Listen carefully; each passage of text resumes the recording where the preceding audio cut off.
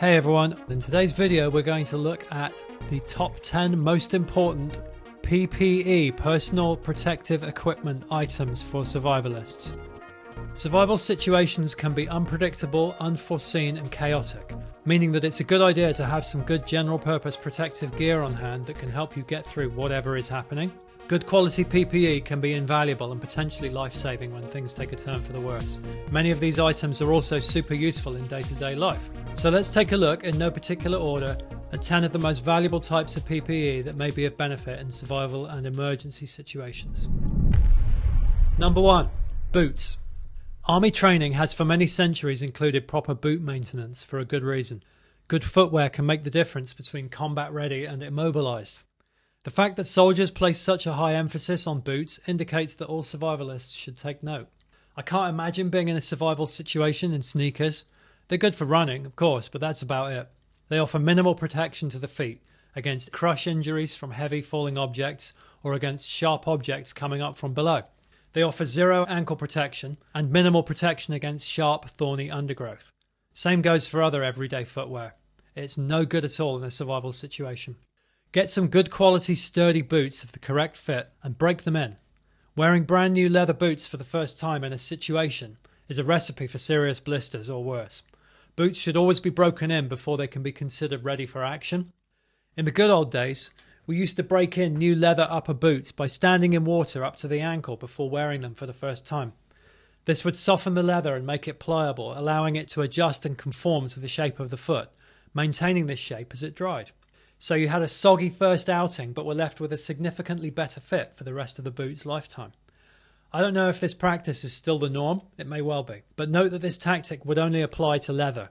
Man-made fabrics won't have this characteristic. Here are some top-rated boots for you to consider.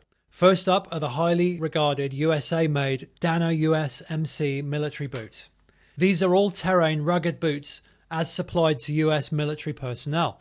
Interestingly, these boots appear to have major overstock at the moment, having been made in large numbers for Afghan deployments, and therefore may be obtained for much less than the full RRP. Snap them up. Next, the Dr. Martens 1460 is an old classic, a durable, hard-wearing general-purpose boot that has stood the test of time. Here's a Timberland steel toe cap boot that would be a valuable addition to your survival gear. It's well suited to industrial and other work requiring toe protection, and of course it's going to be valuable in the field or whatever survival scenario you're in. A popular type of boot that's come to the fore in recent years is the so-called tactical boot. These are a sort of hybrid of a boot and a sneaker, very lightweight, comfortable and suited to fast movement. They also have a hardened toe and heel to give some additional protection. However, this appears not to be a steel toe cap, and I'm not seeing any sign of an actual rating of crush protection, which proper steelies ought to have for worker safety. I would also be concerned about using these tactical boots as DIY work boots, because the soles seem thin and thus unlikely to resist a nail penetration from below. On the plus side, being very light, they confer good mobility and have a lower pack weight. For a true zombie apocalypse boot that's somewhat a fashion item and a bit fun, but actually very rugged and well made, take a look at the Spanish-made New Rock range. These are super heavy boots and you can't run very fast in them, but they look intimidating, have extremely thick soles, are made with very tough leather, have steel kick plates front and rear, and offer outstanding ankle protection. If you had to kick a door or window in to save someone, I think these would be well up to the task. I once used them to kick 2-foot rebar stakes out of hard desert ground without a mallet, true story. They might save you too. Another true story, this one's actually a bit crazy. I once stepped on this rusty and extremely sharp screw point, which was sticking up about 2 inches out of a plank that was buried in long grass in an overgrown garden that I was stomping through. Still gives me the shivers looking at this picture, but I'm so glad I took it because I knew I would tell this story one day. Fortunately for me, I was wearing a pair of those New Rock boots. The screw went all the way into the sole, probably going in over 1.5 inches, and it left me with a plank attached to my boot, but due to the thickness of the sole, my foot was completely unharmed, which was absolutely amazing. Had I been wearing pretty much any other kind of footwear, it would have been a hospitalisation injury, possibly with tetanus shots or staph or who knows what. I mean, look at that thing, it's really nasty. So you get the picture now. Get some good boots. Whichever type you go for is, of course, up to you. Get some good boots, thank me later. Final type of boot for your kit, the rubber boot, aka the Wellington boot. These are waterproof calf-length boots that will keep your feet dry in water up to about 8 inches deep. They're also good for wading across shallow mud. However, in deep mud, over about 6 inches deep, they have the somewhat entertaining habit of being pulled off your foot by the mud and left behind. Wellingtons are a household standard for wet weather among country folk in the UK. The Ultimate Wellingtons are considered by many to be the Hunter brand, and believe it or not, these are actually an aristocratic fashion item in the UK. However, they're extremely expensive. The Dunlop rubber boots that I've pictured here are much more reasonably priced and also feature a steel toe cap, which is a valuable addition. Anyone who's ever had a horse step on their toes will nod in agreement. Note that cheapy brands of Wellington boots are prone to splitting, and once a Wellington is split, it's pretty much useless. Number 2, eye protection. A simple pair of wraparound polycarbonate safety glasses per family member is a valuable addition to a survival kit. If you were caught in a situation where there's glass shattering or other fragments flying through the air, safety glasses could save your eyesight and more. Eye injuries are an absolute nightmare and make everything grind to a dreadful halt. This kind of basic safety glasses can help a lot with eye protection, but bear in mind that while valuable, they're not absolutely perfect. They do have a small gap around the outside of the lens. Once, working in my home workshop, I was cutting some sheet metal with a power tool. I was wearing safety glasses similar to the ones pictured above, but a perfect shot from a hot flying fragment from the saw travelling at a critical angle went right through the gap around the frame and into my eye. Fortunately, I was able to see the metal fragment in a mirror and remove it from my eye with a damp Q-tip. My eye was undamaged, but it could have been a very bad day. Now, I don't mess around with these things anymore. I use full safety goggles that fit the face with a foam seal and cannot admit any flying particles from any angle. The Bolle goggles I linked to would, in my view, make an excellent addition to a survival kit. Don't risk your eyes. It only takes one fragment one time. Number 3, ear protection. Both brief and ongoing loud sounds can cause hearing damage, both temporary and permanent, as is well known. Loud noise can also cause fatigue, known as audio fatigue, and even disorientation.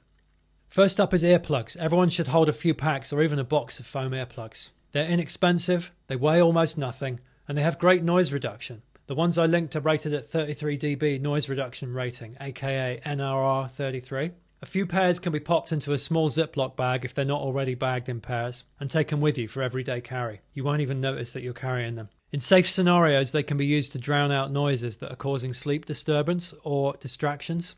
Be advised that wearing earplugs is of course not advised in situations where you need to be able to hear what's going on. You might not, for example, hear someone walking up behind you, or a warning shout, or something falling.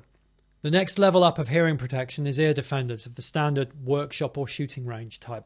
3M makes a well-known serious ear defender, the Peltor X5A. This is rated at 31 dB noise reduction. I have these, and I absolutely love the amount of sound reduction they give as well as their comfort level. However, they have a downside, which is that they stick out like crazy. They not only make you look like Mickey Mouse, a sort of robot Mickey Mouse, but you have to remember you're wearing them because otherwise you will bump against all sorts of things. I bet this happens to you. Fortunately though, 3M also makes a Peltor Sport, which is much less physically obtrusive and is evidently targeted at shooters, though many positive reviews from DIY power tool users indicate their value for various uses. There are various other cheapy brands, and I'm sceptical of their honesty regarding the level of noise reduction.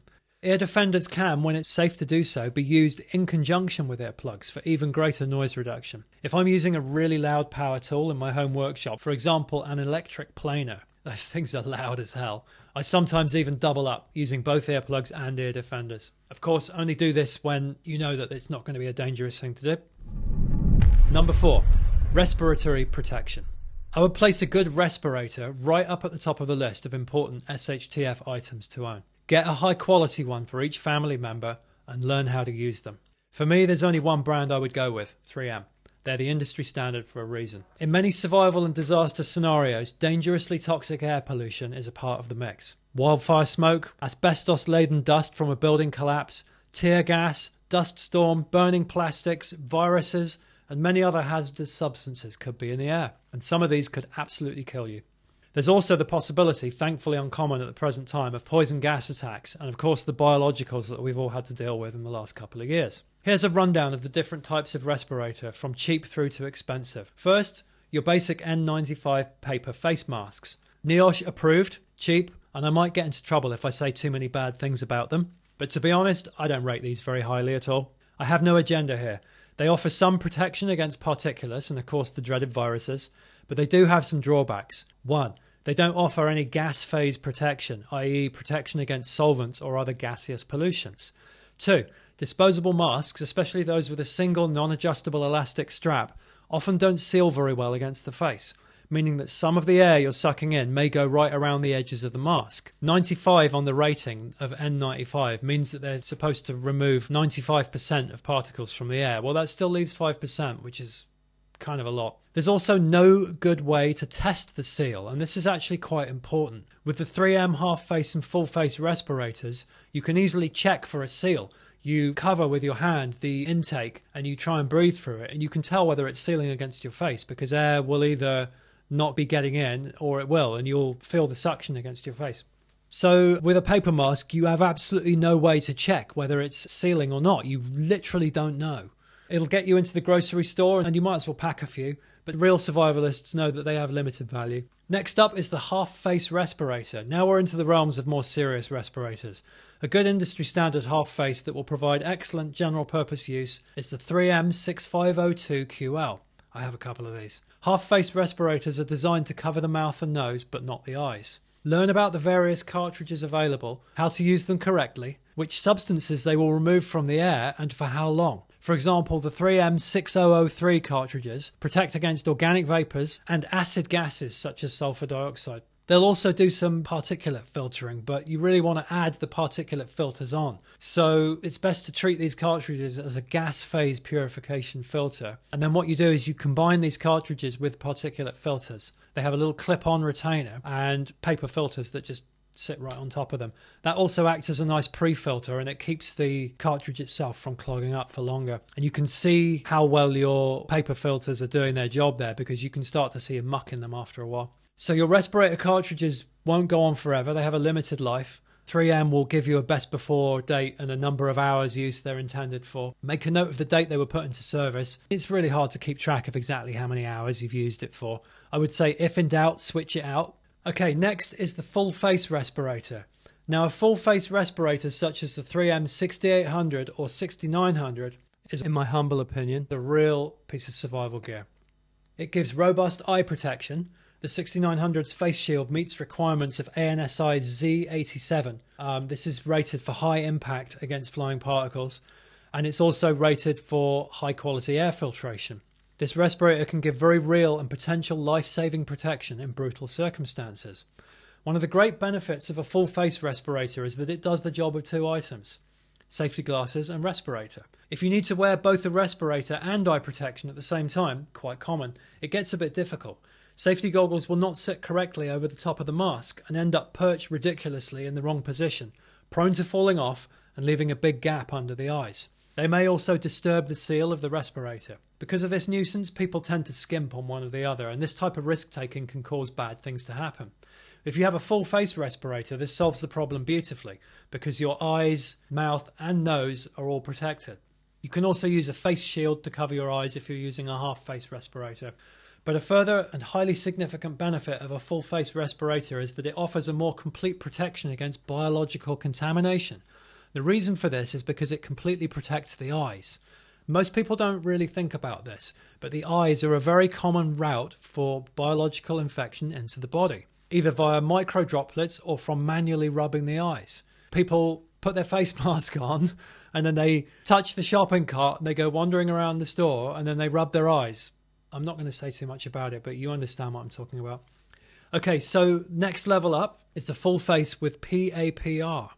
For an even more serious full face respirator, check out the 3M 6900 PF. This, according to the Amazon page, with the fitted cartridge, gives protection against lead, asbestos, radionuclides and radon daughters. This is with the 450 cartridge as illustrated. Despite their high cost, these are flying off the shelves right now, as you can imagine. In 2020, you couldn't even get them. But now with World War III fears looming, everyone wants one of these. So it's the same 6900 face mask, but what they've added is a powered air purifying respirator active airflow system, PAPR. And the PF in the model number is short for power flow. What this basically has is a fan and a battery pack, and it pulls filtered air into the mask continuously, which not only makes breathing more effortless, but also reduces the risk of unfiltered air being pulled in through a breach of the face seal. There's positive pressure inside the mask. I really like this unit a lot, and survivalists will of course be highly motivated too by the protection against radioactive particles and biologicals. This is a really serious piece of survival kit. Now, if you get the 3M 450-0101 filter, it's also, I'm not seeing the literature, but it's apparently being used in ICUs, in virus wards.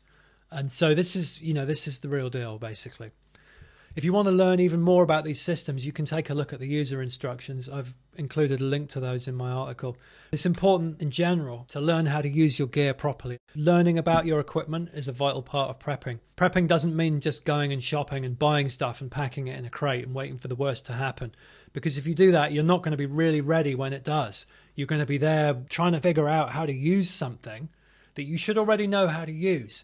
Preparedness means having the right gear and knowing how to deploy it so that you can deploy it with a minimum of wasted time. If you're sitting there fumbling through instructions trying to figure out how to put the thing on, in the old days when they had gas masks, they used to do gas mask training. You have to learn how to fit it fast for obvious reasons.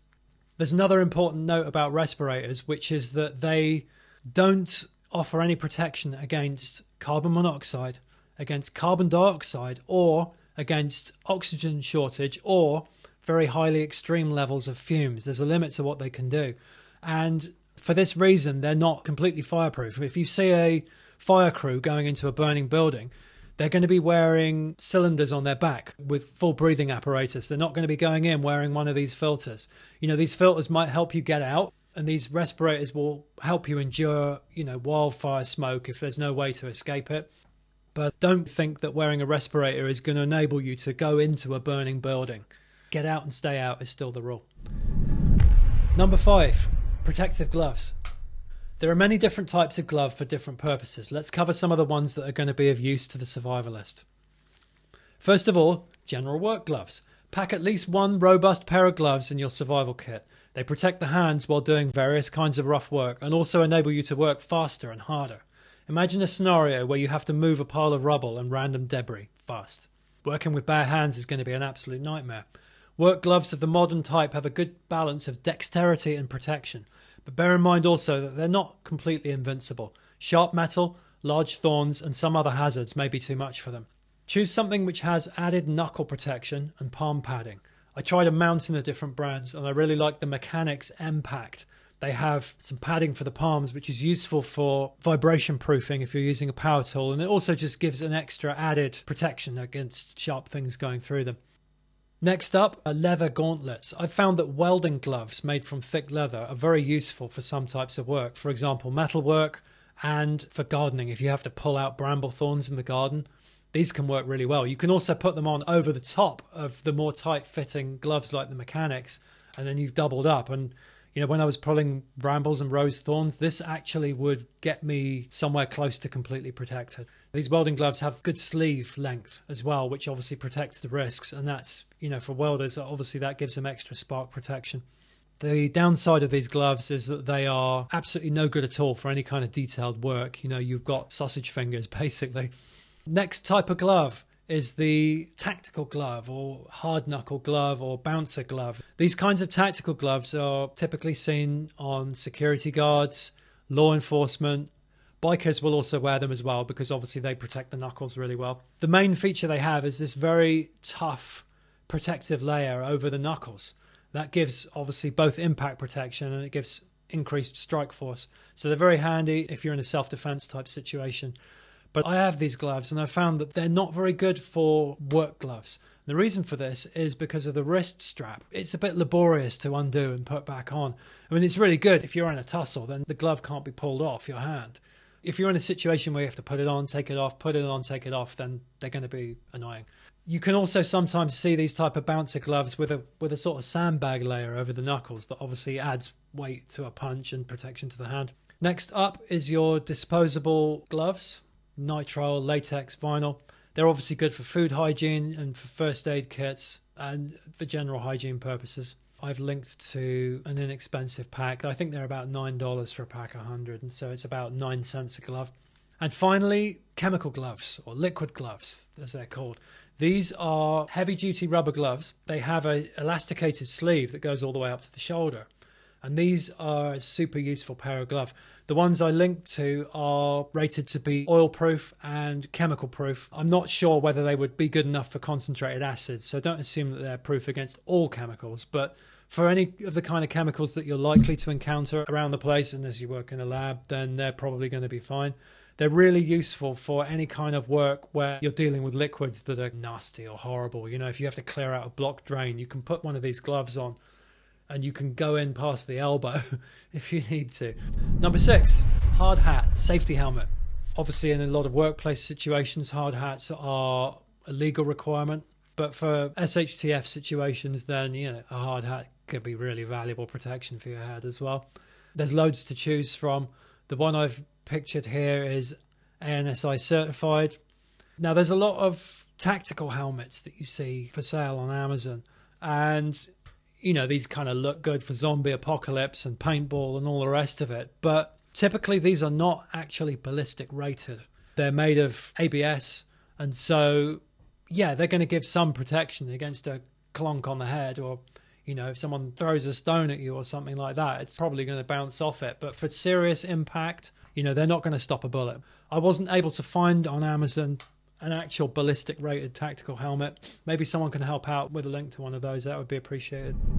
Number 7, face shield. A simple face shield is very valuable in numerous circumstances. I keep one in the workshop for situations where I need face protection. Here's a highly rated but inexpensive face shield that's ANSI Z87 rated for protection. That's the same rating, incidentally, as the face shield on the 3M respirator that we were talking about earlier. And this protects against work injuries from impact, non-ionizing radiation, and chemical exposure from machinery, welding, cutting, grinding, and other types of work that present potential hazards to the face. So this is going to be useful for flying particles. It seems fairly similar to the sort of thing that a riot cop would wear over their face as well. It gives some good general protection. It's just a useful thing to have. You know, you're going to end up using it in the workshop and for who knows what else. Number 8, full body protection, ballistic protection, body armor of various kinds. So first up is a plate carrier of the kind that you see military, law enforcement and security personnel wearing, although you might not see it because it might be under a jacket. So this is usually a simple sleeveless vest, and it has a large pocket front and rear. And the pocket allows you to put in a ballistic plate.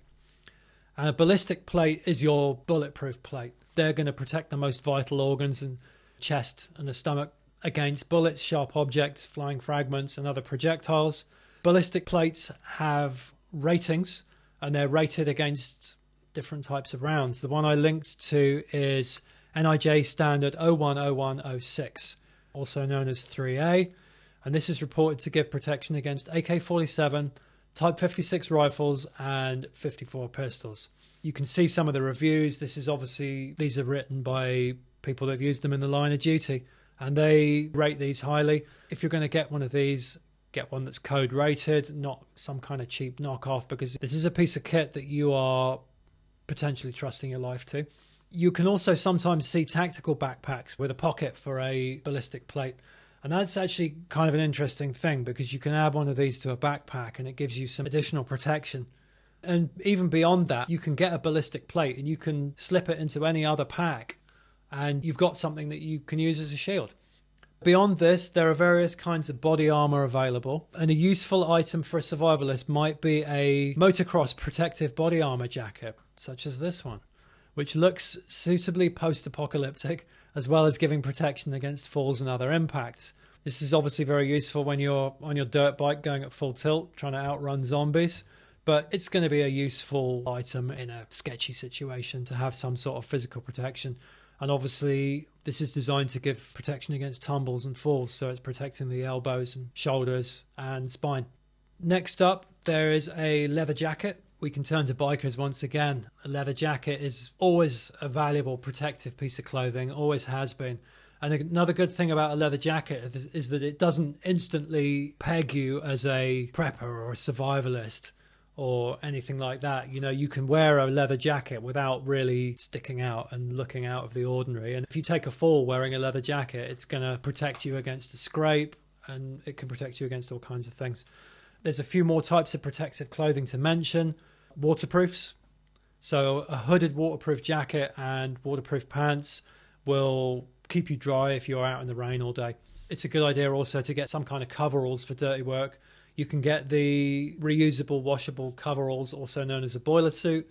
And then there's also disposable coveralls, which are quite useful, especially if you're dealing with a situation where you want to just fold it up afterwards and then dispose of it. So if you were, for example, dealing with asbestos, you don't really want to kind of carry it through the house to the washing machine and get the dust going everywhere. You want to wrap the thing up and then dispose of it so that you're not bringing any of that dust contamination in with you. And obviously you can apply that same philosophy to other things that you might be dealing with.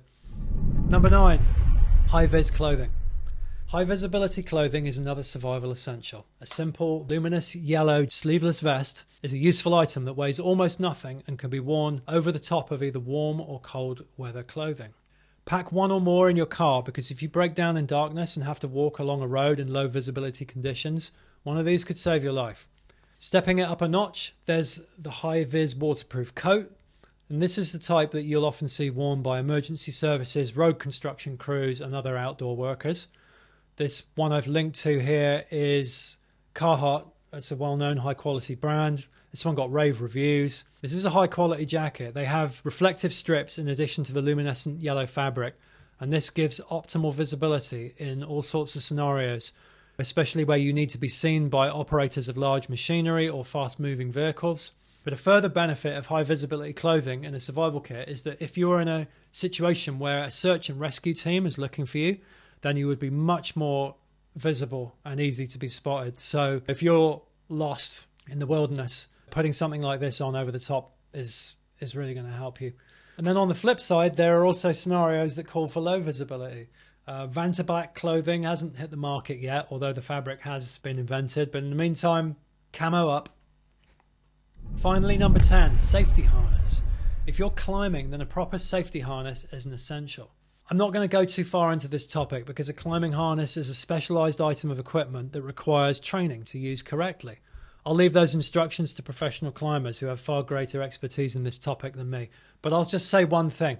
Don't be tempted to buy a cheapy brand of climbing harness or climbing rope or any type of climbing equipment on Amazon. Get well-known brands that are highly rated, for example, Black Diamond, Petzl, and be sure that the equipment that you're going to use is certified and rated for your intended use.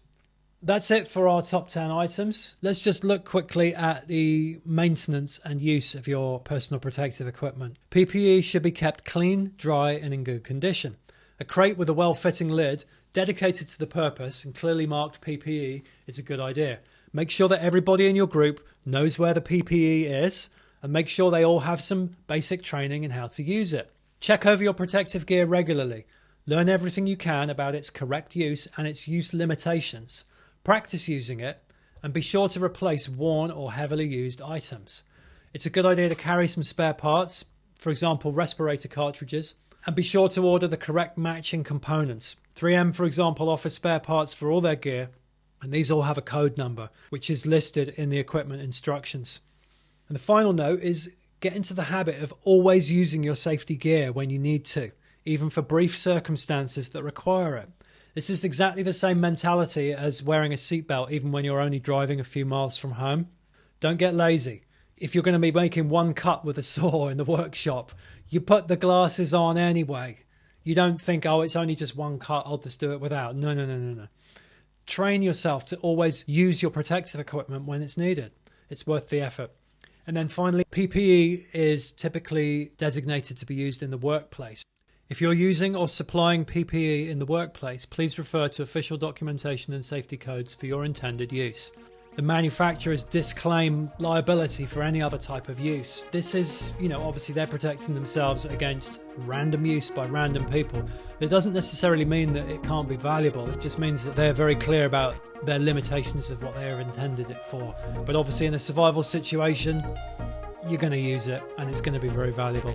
Okay, that's it from me. Have a good one.